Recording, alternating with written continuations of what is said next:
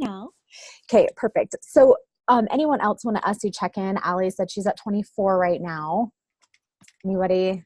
I'm at 10 and my husband's at 2. And Whitney's at 6. Kelly's at 6. Megan's at 6. Sorry, gosh, because there's Megan Kelly and then there's Kelly Richardson. Oh, you guys are doing that on purpose. Yeah, I'm at 4. Mariah. Got it. I also just wanted to say that this is like the slowest month that I have had in probably like 6 or 8 months. So I totally understand, like, usually it's like 10 by the 10th. And then after that, it's just like, but like you have so many conversations right now. They're just actually slow. Like they're just slow conversations. So right there with you. Okay, so let's talk about that because we're going into the slow months, like September, October, November, December. They're all kind of slow months, right? Unless you guys see something different. But typically in our numbers, we see a dip in these months. So what are you going to do going into these months to prepare for that, to kind of shore up how to make things? I know Allie was like, hey, help out. Like, let's keep things a little bit more even. I know one thing because these have been my 2 best months.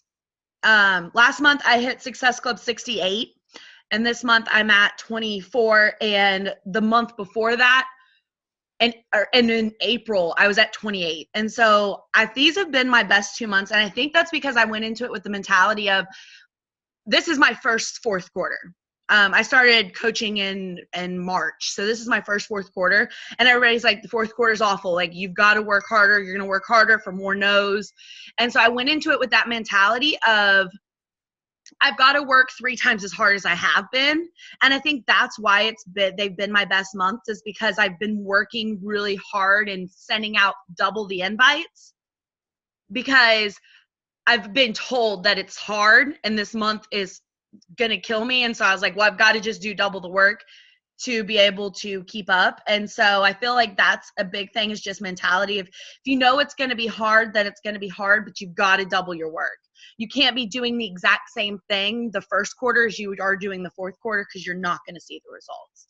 And so if you're not doubling your invites or reaching out to more people or staying consistent, it's going to be harder to do it. So I think just consistency and then loading up more invites is what is key during this, which obviously I have no idea because this is my first one, but that's what's been working for me.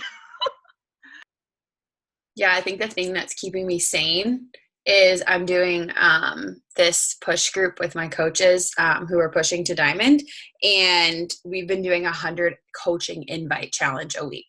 So not like 100 no's, not like 100 reach outs, but like there's a piece of paper with 100 boxes and you have to do 100 coaching invites that week. And so I think that's keeping me sane, going like, okay, well, I'm doing 100 coaching invites on top of reaching out and on top of like, you know, challenge group invites. And so I'm doing it and it will catch up to me, even if it's on like September 20th. Hopefully it will catch up. Megan, can I ask you a question? And I don't want to get us too off topic, but I know how to connect with people and find new coaching invites, but how are you helping your coaches to have 100 people to invite every month? So we've been talking a lot about how there's been so many trainings lately in like the champions page or on YouTube from like top coaches when it comes to inviting, and like people who view your stories, people who like your posts, people who comment on your posts, friends of friends, really having them dig deep into their warm market. Because I feel like newer coaches think that their warm market is like their 5 best friends, when in reality, it's like the 50 people that are close to them that they're friends with on Facebook, that they see their posts every day, and asking them to go that route. And I mean, we're in week 2 and they do, I think it's more of a mental thing for them of like, I don't know that many people. And I'm like, but you do. And then we actually started looking at, this is just one more thing, looking at Bumble BFF. So if you guys know like the dating app Bumble, I actually met my fiance on Tinder. Like, it's really freaking weird being on this app for like friends, because I'm like looking over at Tyler and I'm like, okay, I promise, like I'm just swiping right on a girlfriend. Like, this isn't weird. And so someone on our team brought that up. And honestly, it's been awesome, because not only has every person that I've talked to been like local, because I don't have a lot of local people in Richmond, but they have no idea what Beachbody is, like at all. people are like, what's that? And I'm just like, oh, okay, this is awesome. Let's have a conversation. So I've also told my new coaches to do that, and I've been doing it too. I love that piece of advice right there. I absolutely love it. So it's not just Bumble that works. There's meetup apps. They're like just, hey, let's go hiking with a bunch of people. So, okay, here's a little confession, you guys, between me, you, and the wall. Okay. So my personal development book right now is Get the Guy. I want to make it clear that I am in a relationship, very, very happy. I had a coach suggest this book because she said it correlates a lot with coaching and getting to know people. And I was just talking to someone on the call right before this, how she needs to unplug and how she needs to put her phone down. And I was like, Kate, so in this book, Get the Guy, he talks about putting yourself in a position to meet more people, men, women, whatever it is. You need to meet more people, because what happens if that woman that you met is going to lead you to the guy of your dreams? What happens if that woman you meet is going to hook you up to the next Melanie Mitro and she's in your downline, right? What happens if, your network grows organically that way? So meetup.com, Bumble BFF, there's an app called Peanut that's for moms. And let me tell you guys, I was on this app for like 5 minutes because I just don't have time for a social life, but you can pick like winos, like let's go out and have wine. How old are your kids? How many kids do you have? What do you like? Do you like to go shopping? So you get to like pick who you want to talk to, right? Do you like athletics? Whatever. So those are amazing things, especially since Facebook is kind of going by the wayside, right? Like Facebook just isn't working anymore, and Instagram is great. However, it's going to get saturated pretty fast. Larissa, go ahead and take you already said Peanut. Have you used it, Larissa? Yeah, I have. I really like it. I've met a lot of people on there, and then like we connect over on Instagram and build the relationship that way too. So it's been really, and especially because where I live, I just moved here last year, like to this state. So it's helped me meet a lot of other people here. But yeah. Sorry, I was on mute. Yes, absolutely. Whitney, go ahead and take yourself off mute. The chat's and I can't see it, but go ahead and take yourself off mute. I was saying with those kind of things, this is so lame. Do you have to meet up in person, or are you just being social media friends? I don't have time. I'm just being social media friends for now, because if I'm being completely honest, like it was hard enough to like be on Tinder 2 years ago and like meet someone in real life and not have it like freak me out. Okay. But I'm hoping that like I can organize more like this weekend we were supposed to do like a huge local meetup for my community and my coaches, and now there's a freaking hurricane. But I was hoping to get like a lot of people to come to that to see what that was like, and then in that way like have them realize like, yeah, these people are like my real people friends and like my Beachbody friends kind of thing. So that was where I was going with that, but hopefully we can. I have mom friends, but if it's social media friends, I'll take them. Okay. So there's another coach that I have, and she sells a lot of things on Poshmark. Are you guys familiar with what that is? It's like an online consignment for clothes kind of thing. And she meets people there. And she has sold challenge packs through Poshmark. Like, you guys, don't keep yourself in this box, because you are at a higher level and you are able to talk to people. You have that magnetic personality that people are attracted to, right? So you can find your people anywhere. And the meetup.com one is pretty fun because you can just go to wherever the event is and there's just a whole group of people, So in this book, he talks about just putting yourself in the position to meet more people. And I know sometimes it's hard to be on your phone all the time, and husbands and kids and whatever, like you need to unplug. So putting yourself in that position, going to community meetups, going to a movie in the park, talking to somebody in the coffee shop. So I just want to tell you guys right now, drive-thrus are off limits to you forevermore. Okay. No online grocery shopping for you. Okay. I mean, unless your kids are absolutely horrible, you have to go in and talk to people. Okay. And it's really fun because he talks about like little conversation starters. And again, he's like, it doesn't have to just be men, right? Because whoever you meet can lead you to whoever, right? It's like the 7 degrees of blah, blah, blah, blah. So he's like, let's say, for example, you're standing in Starbucks and you turn around and you're like, I have a problem. Like, can you help me? I need your help. And it's like blueberry or poppy seed muffin. And, something like that. And it doesn't matter what they say. You're like, pass the test. That's awesome. Like, that's what I was thinking. And then it just validates them. And always leave somebody, like, even if you don't get them on Facebook or whatever, you're practicing for it to be more comfortable for you. Because if you're more comfortable in person, you're going to be way more comfortable online, and it's easy to talk to people in real life, right? So what else are you doing to kind of shore up for the slow season, so to speak? Because we don't even have new stuff coming out until Proving Grounds. So what are you doing now? Yes, we're talking to more people. What else? What do your challenge groups look like? I'm really hyping up the official launch of Live 4, which is next month. And then I am getting a lot of people, since I'm doing I got invited to the Transform 20 test group. I am starting after Live 4 a challenge group for T25 to get people excited about that. And so I'm telling them, I'm like, so I'm doing, this new 20-minute program. This is kind of a good introduction to that, because this is supposed to be harder than T25. And so next one I'm going to do is a big T25 one, to get them ready for the Transform 20 when it releases in January. Allie, I have a question for you.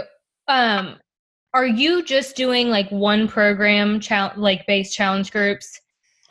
I am. I still talk to them behind the scenes. The majority is right now is Live 4. And that's just what I invite to. Mm-hmm. And so I invite to Live 4, but if behind the scenes they're like, oh, my hip is bad, or oh, I've got fibromyalgia or something like that, like I'll suggest other ones and put them in my boot camp for Live 4, because I don't do the check-ins like geared towards the like specific program. Okay. And so like I do 4 posts in my challenge groups every single day, and I do like a self-love post, and I do a sweaty selfie post, which can be anything, and then I do like a check-in with your food, and then I usually do some kind of challenge every other day. And so I don't ever do any like geared towards posts, but all of my inviting is for Live 4, just one program, so I can keep it sane up in my bobblehead, because as a mama, so yeah, I just invite to one, but if they don't think that's a good fit for them, I'll talk to them about the other programs. Right. Okay, thanks. You guys are kind of quiet today. This is kind of weirding me out, for one, because last week it was like, I loved it, because we were talking about retention, right? Yes, no? I feel like I talk too much, but That's what I feel like I'm talking all the time. No, oh my gosh, you guys. I know, that's why you're I'm trying here. to let someone else. No. But okay, so in the past, I've coached for 2.5 years.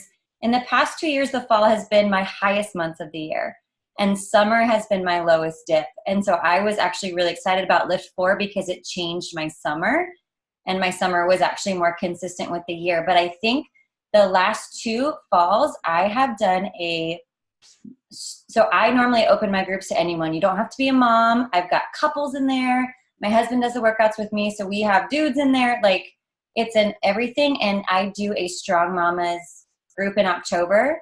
And so I bring in a lot of new moms. And part of my own story is that I was overwhelmed, falling apart physically, blah, blah, blah, blah, blah. And so people connect with that.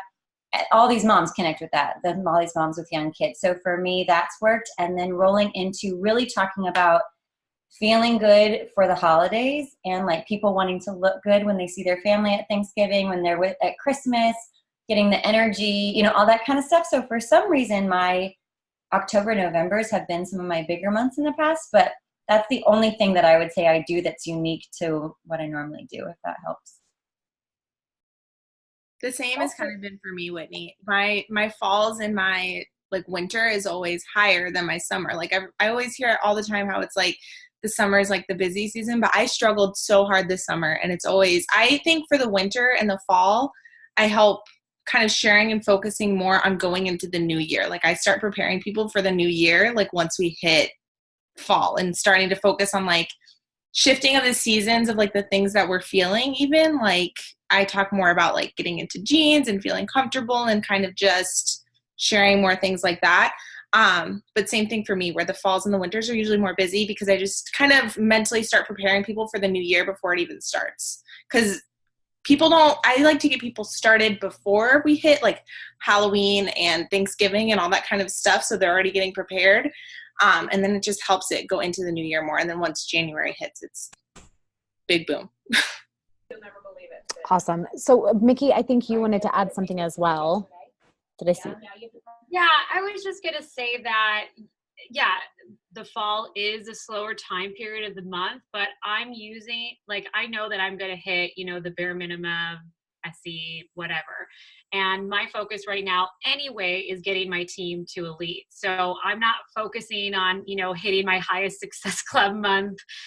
Right now I'm focusing on getting myself to elite, and I'm sending out more invites daily. I'm sending about 70 to 90 invites a day. So I know I'm upping my game. I'm not getting as many people signing up, but I just have the mentality that all those people are going to be my January people. So I'm trying to get as many no's as possible right now, because I know they're going to be no's for right now, but then I'm just like gearing up for an awesome January, because obviously the work that we do today is only going to come into fruition 3 months from now anyway. So I'm not letting, like, even though I'm gearing up for a slower season, I'm using this downtime to prepare my social media. I want to grow it to another like 50,000 before January. I want to, get my YouTube up to more consistency. So I'm using this downtime to send more invites, not worry about, hitting my highest numbers, and just like figuring out more funnels. So by January, I'm ready to go when everyone else is ready to go too. So yeah, that's it. I love that. Mariah, you're.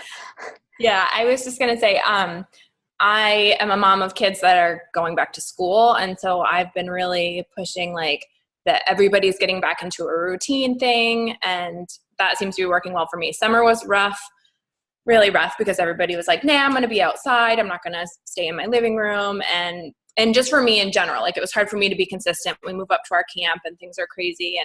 And, but this is when I buckle down. And so I feel like a lot of other moms whose kids are going back to school finally, even if they're working at the same time, like they get it, because we're all in a routine. Like you can wake up half an hour earlier, makes your day go awesome. And then I also usually run like some fun themed, like free 5-day groups or whatever, as we're getting into the holiday season, or as we're getting like school lunches, like what healthy foods can you pack for your kids? And that's just kind of like more filling the top of my funnel. So yeah. I have a question for you guys that are moms. So I feel like it's almost the opposite. So I was a teacher, and so I have a pretty big teacher following. And so the biggest excuse that I'm getting right now is like, I don't have time for it because I'm teaching and I'm getting back into the school year. And I feel like you guys, I don't know if you do, but you probably do get the excuse of, well, my kids are going back to school and I can't handle this right now. Or in the summertime, my kids are home and I can't do this right now. And so like, how do you, because for us, we understand like the value of putting yourself first, but at one point we didn't. So how do you like come across without being like, well, you need to put yourself first, when they literally are like at their wit's end? At least most teachers are still at their wit's end right now at the beginning of the year. Oh, Brittany wants to chime in here. Sorry, I hopped on late. I was watching my friend's son, so I had 2 5-month-olds. I like to address that like objection regularly in my stories and on my Instagram itself. Like the struggle that I had as a nanny and as a mom and as like a natural caretaker, like putting myself last all the time. So like address that objection before you even get to that one-on-one conversation about how like I used to hate mornings and now I get up at 4:45 because that's my only guaranteed like me time, and how it really sets the tone for my whole day. And you might feel like, how could I possibly add something else to my plate, or how could I get up that early, or whatever it is. Like address that objection publicly, regularly, so that by the time you're having that conversation with them, they've already made the choice that it's time to start putting themselves on their agenda. Like I always say, like you can't pour from an empty cup. And I feel like as a teacher or a mom, like when you're in that season, you're just like running on empty all the time because you're not making that time for yourself. So you're running on empty. So you think like, how could I possibly lose a half hour of sleep because I'm already running on empty? In reality, that 30 minutes of extra like quiet time or workout time or reading personal development or whatever it is really fills your cup up so that you can be better in those other things. So I don't know if that answers your question, but I like to address that objection publicly before I even get that objection in a one-on-one setting. I'll add to, excuse me. So my son, he'll be 7 next, in the next couple weeks. So I'm not in that realm of like having a baby anymore. And so, when a lot of my, the women that I talk with have older kids.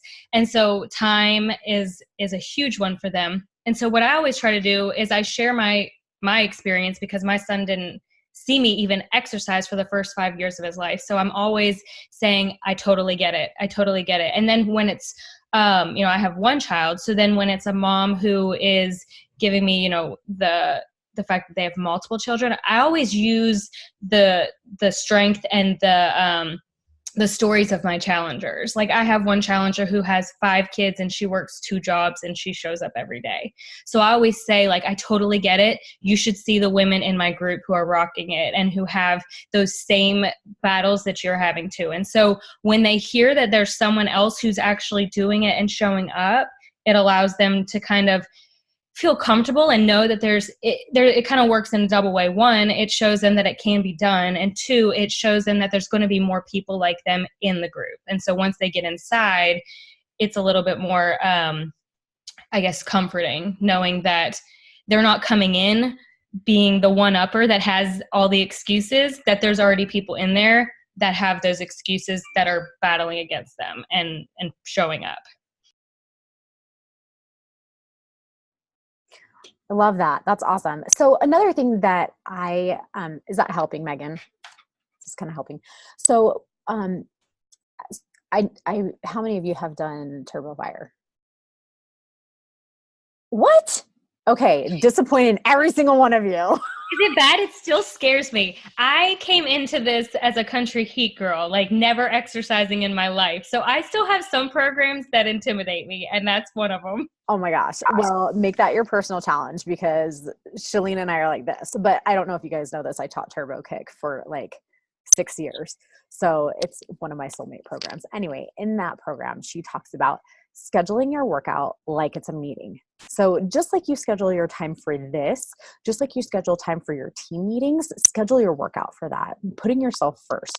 And Megan, kind of putting all of those things together and helping moms realize that like, okay, like I'm going to become a shell of a woman if I don't put myself first and fill my cup up first. Right. It is kind of a hard conversation and it's kind of that tough love thing. But when I started doing that, when I started making my workouts non-negotiable, my kids don't think twice about it now. When I'm like, hey guys, I got to hop on the bike. Like, do you need anything? Because you got 5 minutes of my time right now. And then I'm done for an hour and a half. I got to be on my bike. So like, they don't even think about it anymore. Jennifer, were you going to add something? Anybody? Oh, Mariah. Yeah, I was just going to say along those same lines, like I have so many moms that are like, oh, just, they have no free time. Their kids are always there or whatever. And I'm like, you know what? I don't throw my kids in front of a screen all day long, but when I need a half hour to myself, they can be on the iPad for a half hour. Or I definitely put some of it onto the dads too, because I'm like my husband and I are very, very good partners. We're very equal in how much we take care of the kids, but it's not always the case. But I encourage them to get their partner on board and be like, you know what? Dad can take the kids for a half hour. That's not very long. Get him out of the house, get him up into a different room, just, whatever, or do your workout with your kids around. Like there's double time. There's another like kids and family program, Country Heat. Like I know a lot of little girls like to do that with their moms. And then the other thing that I do is I've like kind of dialed myself back in as I've started the routine again. And I was getting up kind of later in the summer and I started getting up like an hour and a half earlier than I was in the summer. So I'm getting up at 5:30 now. I'm not a morning person. I hate it. And I will like go live and talk about that, how much it sucked when the alarm went off. But by that time it's like 9 o'clock and I'm like, I feel frigging amazing right now. because I've gotten way more done than I, ever did in the summer. I'm ahead of schedule. Like I write out my days by the hour. And I'm usually way ahead of that. I've had so much energy the last 3 days. That's how long I've been doing this. But I just feel so good. So I'm like, yes, I realize like I'm not a morning person. It sucks when the alarm goes off. It's really easy to just roll back over, but 5, 4, 3, 2, 1. Like I've just been trying to share tips for how to help people get up a half hour early. I've got girls that wake up at 3 a.m. to do their workouts. So I share that stuff too. Like if you want it to happen, like if it's a priority, if your health is a priority, then you'll find a way to make it happen. And we're here to support you, but tough love. That's what I'm about. Absolutely. And by the way, I love that Allie is like totally going live right now. She's not even paying attention. Everybody stare at Allie when she's like, selfie, going live. No, I do. I like to reply to Instagram messages with video because I find that it makes them get out of their comfort zone a little bit more. And so I was multitasking. You were working. Okay. Got it.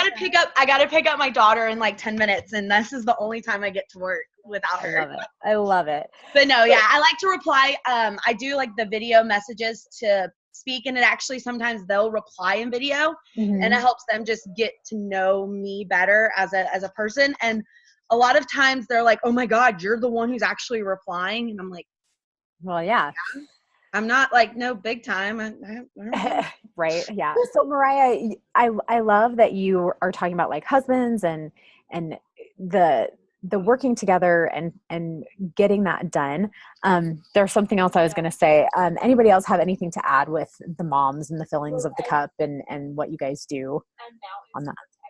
I have one tiny thing to add, and it could go for either moms or Megan. I know you were talking about like teachers too, is asking more questions to make them answer those hard questions. Like that has been huge for me. So like when I have moms, or if it's a teacher, or even if they don't have kids or whatever it is, and they have a busy schedule and they're giving me that whole, like, I don't have time or things like that, or they're taking care of other people, like teachers taking care of their kids in the class and all that kind of stuff, is to be like, okay, you're doing such an amazing job and you're being so busy taking care of everyone else. What are you doing for you?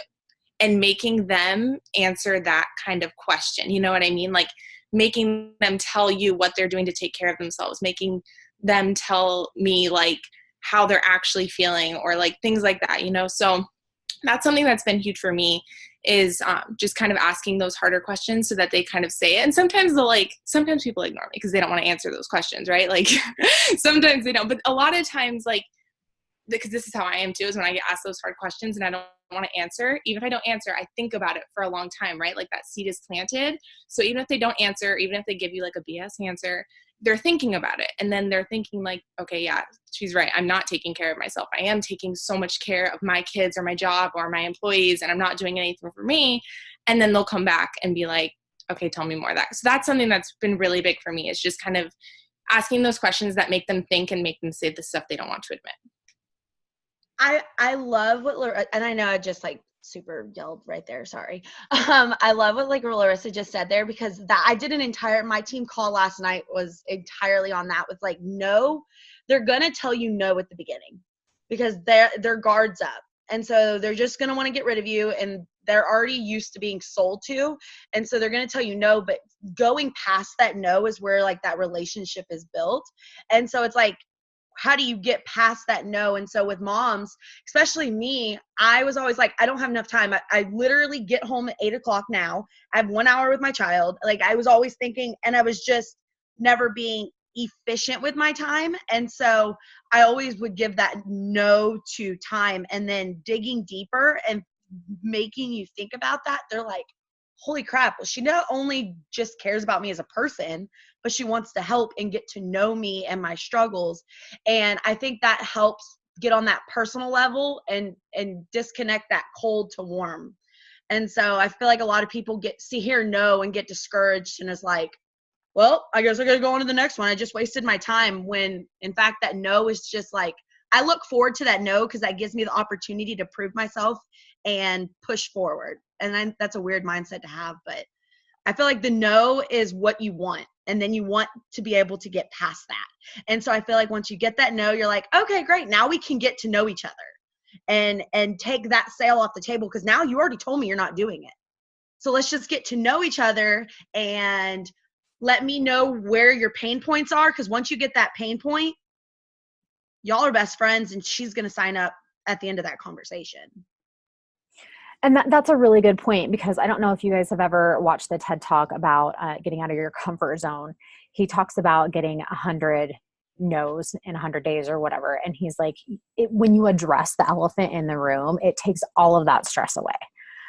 When he asked for a refill on his hamburger, he said to the kid behind the counter, he was like, I know that sounds super weird. And the kid was like, he noticed, he looked relieved, because he's like, oh yeah, like, if he knows it's weird and I know it's weird, then we both agree it's weird, and I don't have to pretend like it's a normal thing that he asked for it. So if you address the elephant in the room and you're like, yeah, I totally want you to join my challenge group, but if you're going to say no, then that's fine. Then, all of that tension is gone, and we can move on. So I like what you said there.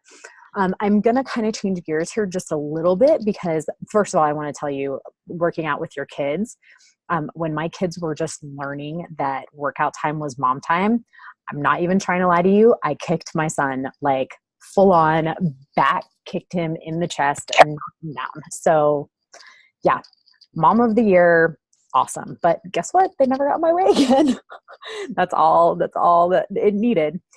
But I wanted to touch on something that Mickey said, because she was talking about going into the slow season and she's getting her team to elite. And that is what I want you guys to focus on. Yes, you need to worry about your business, but you also need to gear your team up for this time too. So let's start thinking about that. We have about 10 minutes left. What are you going to do to gear your team up for this? Because you guys have it down. What are you doing that's duplicatable that you're going to take to your team?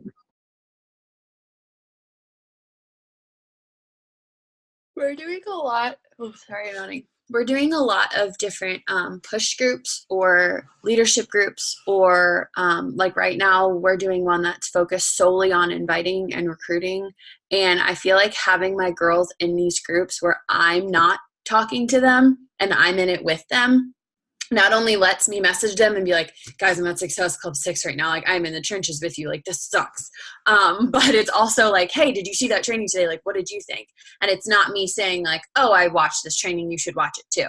And I feel like having those groups, just like we have challenge groups for our clients, like we have these groups for our coaches, and being able to do that with my upline and my upline's upline and stuff like that has them hearing these things all of the time and doing all of the things all of the time. And I think that's been helping them realize that this is just normal. This is just what we do, kind of thing. Yes, Brittany. I can relate to that, but I kind of am like the opposite too. I have like a little bit of a disconnect with my superstar upline. She's amazing. She creates great resources for us, but I feel like my people more and more are telling me, like, I can never say this in another setting, and I'm not even going to tell you who my upline is, but they're like annoyed with her style. So I've had to kind of create my own push groups, because I want my people to know my voice and what's working for me. And I think that Emily Farver just did a call on this in the Champions page about like, stop waiting for your upline to create something for you and create it yourself. And so that's been a huge thing for me, for my people to hear my voice and my style, versus like, welcome to our group, here's our first 30. You're not going to see my face until you're done with this. So that's something that's been huge for me. And then also like the message threads, I think someone else in this group talked about this a week or so ago, about like having a push group of like 5 to 7 people. And just like really being in the trenches with them, like Megan said, like I screenshot my girls, like, look, I just had a coach cancellation, or I just overcame this objection, or you guys, people tell me no to, or people ghost me to, or I did a screenshot of my email. This girl and I started talking literally 2.5 years ago. She ghosted me. And then she messaged me recently and bought like a $300 challenge pack. And so it's just like, following up, showing them that these things happen to me too, showing them my slow months, showing them, like Megan said, I'm in the trenches with you. And like, yeah, I might be hitting Success Club 40, 50 and you're shooting for 5 or 6, but it's the same thing. Like I'm still doing the same activities I'm asking you to do, and I still get ghosted, and I still have no's, and I still overcome objections, and just like walking them through how I have those conversations, and just showing them again that I'm in the trenches with them, and people aren't just like, oh yeah, you're Brittany, I'm going to sign up with you, immediately, that I'm having those hard conversations too.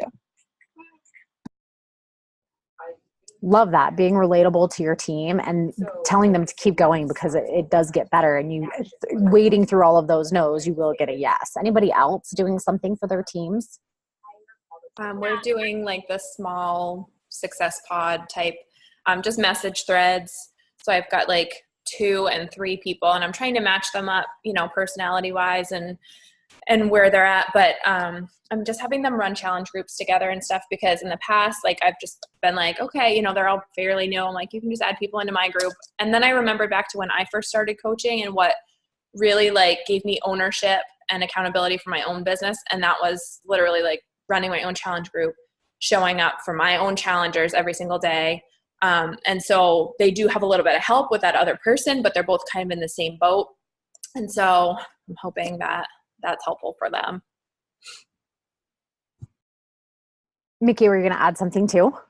Loving this. Oh, yeah, I just started this thing in my team called the Privy Club. And it's basically Get Yourself to Emerald and Success Club 5 group. And it's just a Facebook group, just like my team group, but I've just kind of hyped it up to like, it's like where the cool kids on the team hang out.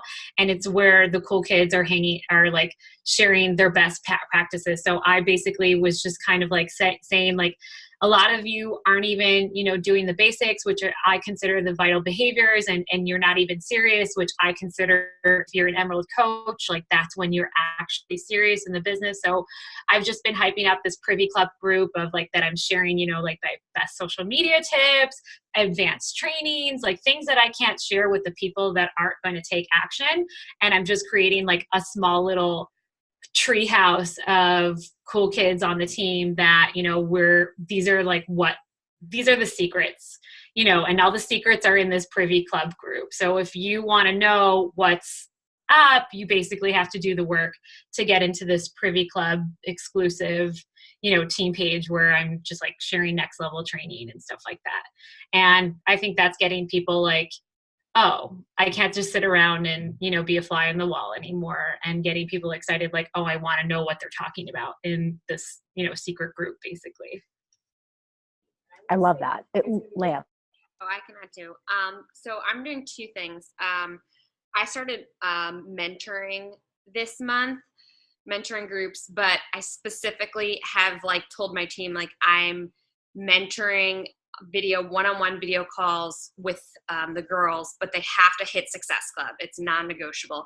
And every week they're going to basically track their actions and report in it. So my team is totally like wants to be in a part of things. They're totally FOMO driven, want to be a part. Like that's how I was, that's how my team is. So if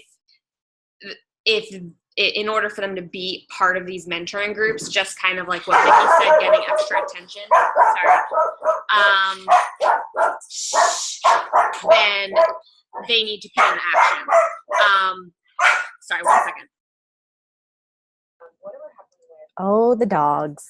Someone knocked at the door and my dog's going crazy. Something else that I'm also doing, and I haven't rolled it out yet because I'm trying to put the specifics together, is I'm going to roll out a team retreat for early next year, but it's only going to be earned for diamonds. I've done team retreats before and I've done them all, and my team loves this shit. Like they love to get together. They don't want to not be involved in that. That's how I was too. Like I would pay my arm and my leg to go to a team retreat. So I'm going to roll it out. It's going to be paid by me if we hit team goal. Like if we hit this goal, so I get this bonus, then this is going to be paid for them. We're not going to do the team retreat unless we hit that goal. And so I'm going to roll that out, and it's going to be only for my personally sponsored coaches and for my diamonds. And it's going to be rolled out to, of course, help me hit an end of the year goal. So I think it kind of like comes down to really like figuring out your team and your people and what motivates them. Like we're all probably on here because we're self-motivated, and we don't need like our coach to like tell us to like work hard so we can go on a diamond retreat. But like everybody else needs some kind of motivation. And so I think it's figuring out what works for your team. And I know like that kind of stuff works for my team. So I love that. And I love the honesty and transparency that goes behind that. Because, like, guys, I would love to pay for this for you. However, we need to make this goal in order for that to happen. I want to love on you. Let me love on you. But we need this to happen. Anything else, you guys? We have about 2 minutes left. Anything else really quickly before we wrap up? No? Good call today. I know we kind of jumped around a little bit, but I love the new apps that you guys are looking at with Bumble and Peanut and all that kind of stuff. So keep that going and keep me updated. I know we got numbers. So if there's any questions on your elite report or you guys need a one-on-one, of course, I'm always available. So keep things going in our group because I feel like it's really helpful for you guys. And if there's anything that you need from me, please, please, please let me know.